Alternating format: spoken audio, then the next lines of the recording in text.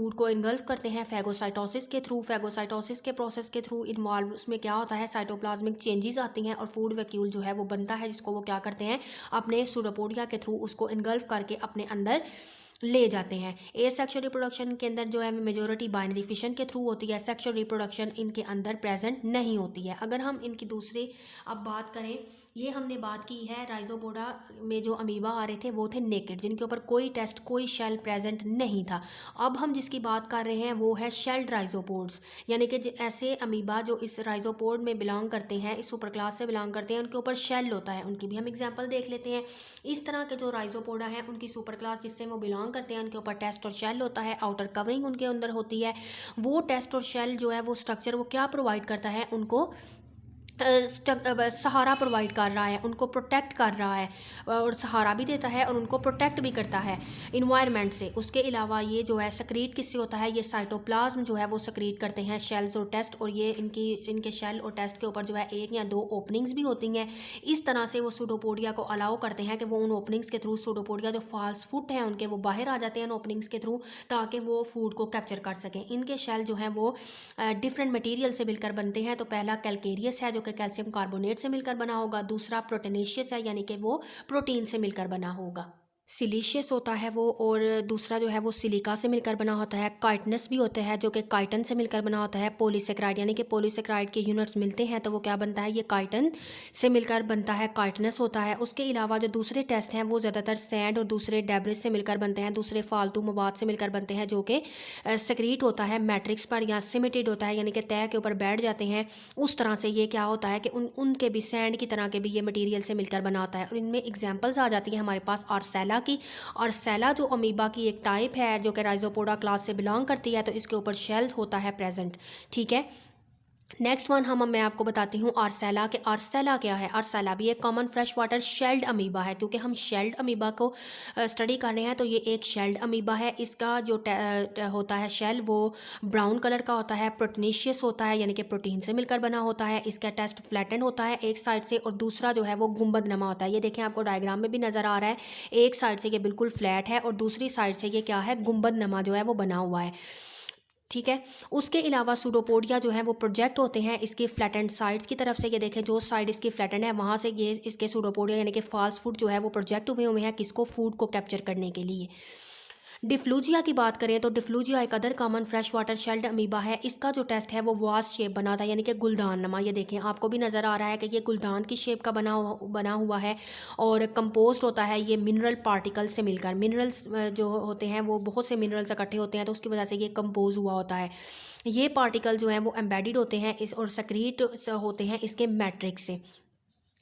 एंट amoeba histolytica, एंट amoeba histolytica जो है ये डिसेंट्री काज करता है ह्यूमन के अंदर, डिजीज़ काज करता है, कि इन्फेक्शन काज करता है, और ये क्या करता है, ये इंटेस्टाइनल ट्रैक्ट के अंदर जो है वो प्रेजेंट होता है। और क्या करता है, ये amoebic dysentery worldwide problem cause करता है। और ये क्यों काज करता है, होता क्यों है, ये अनसैनिटरी कंडीशंस की वजह से, यानी कि सफाई का इंतज़ाम जहाँ पर सही ना हो तो ये क्या करता है, एक प्रॉब्लम काज करता है। तो ये प्रॉब्लम है जिसको कंट्रोल करनी चाहिए। एंट अमीबा हिस्टोलेटिका जो है ये प्रॉब्लम काज करता है।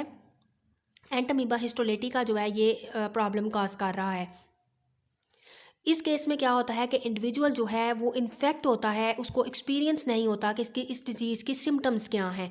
इसमें क्या करते हैं कि अमीबा जो है वो इंटेस्टाइनल वॉल के अंदर रह रहा होता है, फोल्डिंग्स के अंदर, जो इंटेस्टाइनल वॉल्स की अंदर फोल्डिंग्स होती है वॉल्स की, उसके अंदर ये रह रहा होता है। और वहाँ से ये स्टार्च और कुछ म्यूकस जो सक्रीट होते हैं वहाँ से, उनके ऊपर ये फीड कर रहा होता है। और फिर ये पास करता है एक होस्ट से दूसरे होस्ट में in the form of cyst की फॉर्म में। ये जो है वो एक होस्ट से दूसरे होस्ट में ट्रांसफ़र हो रहा होता है और ट्रांसमिट होता है ये फीकल कंटेमिनेशन यानी कि जहाँ पे अनसैनिटरी कंडीशंस होंगी ये वहाँ उस थ्रू भी दूसरे होस्ट में ट्रांसफ़र हो सकता है। और उसके अलावा कंटेमिनेटेड फूड और वाटर के थ्रू भी ये जो है वो एक पर्सन से दूसरे पर्सन में ट्रांसफ़र होता है।